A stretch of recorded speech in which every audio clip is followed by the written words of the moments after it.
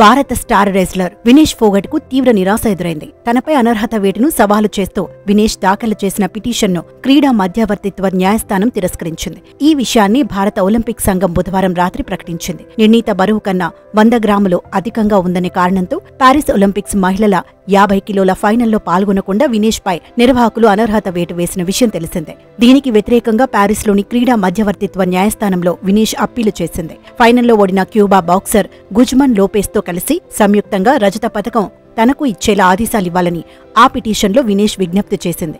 ఈ పిటిషన్పై గత శుక్రవారం కాస్ హడక్ డివిజన్ ఎదుట విచారణ జరిగింది.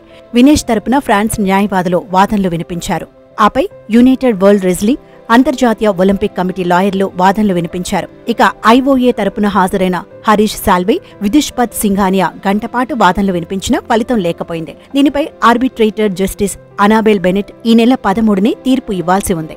కానీ దానిని 16కి వాయిదా వేస్తున్నట్టు మంగళవారం వెల్లడించిన కాస్ అనూహ్యంగా ఆ మరుసటి రోజే తీర్పును ప్రకటించడం గమనార్హం. తీర్పు వినేష్ కు అనుకూలంగా వస్తుందని, భారత్ ఖాతాలో మరో పతకం చేరుతుందని ఆశించిన అభిమానులకు చివరకు నిరాశ మిగిలింది. కాస్ నిర్ణయంతో 29 ఏళ్ల వినేష్ ఒలింపిక్ పతక కల భగ్నమైంది. కాగా తనపై అనర్హత వేటు వేయడంతో కలత చెందిన వినేష్ ఆ వెంటనే రెజ్లింగ్ కు రిటైర్మెంట్ ప్రకటించిన విషయం విదితమే. కాస్ ఆర్బిట్రేటర్ నిర్ణయం తమను షాక్కి గురిచేసిందని ఐఓఎఫ్ చీఫ్ ఉషా వాపోయింది.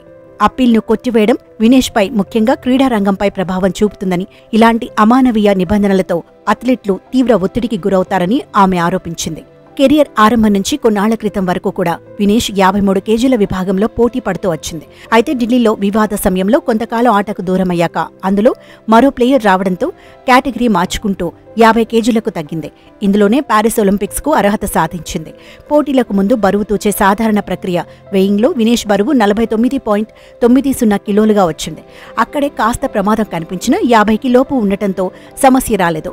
3 బౌట్లు ఆడి వరుస విజయాలతో ఫోగట్ ఫైనల్కు చేరింది. కానీ చివర్లో 100 గ్రాముల బరువు ఎక్కువ కనిపించింది.